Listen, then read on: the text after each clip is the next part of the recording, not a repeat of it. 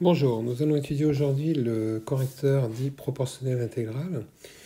Donc voilà sa fonction de transfert, k facteur de 1 plus tp sur p. Si on décompose sous la forme d'une somme, on voit qu'on a k sur p, c'est la partie ici, plus le p simplifiant kt. Donc cette composante, le k sur p, comme déjà vu précédemment, c'est la composante dite intégrale. Et cette composante, donc, c'est une constante, donc on appelle ça un proportionnel, d'où le nom de proportionnel intégral. Donc je vais vous demander d'abord d'étudier la fonction. Alors on peut la décomposer sous la forme d'un produit.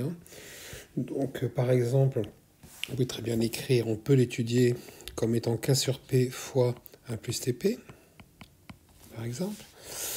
Vous allez donc dans un premier temps écrire l'équation du gain en décibels et l'équation de la phase, et ensuite tracer le diagramme de Bode. Alors tout ceci en paramètres formels, donc en fonction de k et de t. Une fois que vous aurez fait ça, dans un deuxième temps, je vous fournis un proportionnel intégral tracé avec le logiciel Pisilic, et je vous demande de trouver en fait k et t par rapport au diagramme de Bode fourni donc sur échelle semi-logarithmique. Donc là vous avez les décales, là les décibels, là vous avez les décales, les degrés.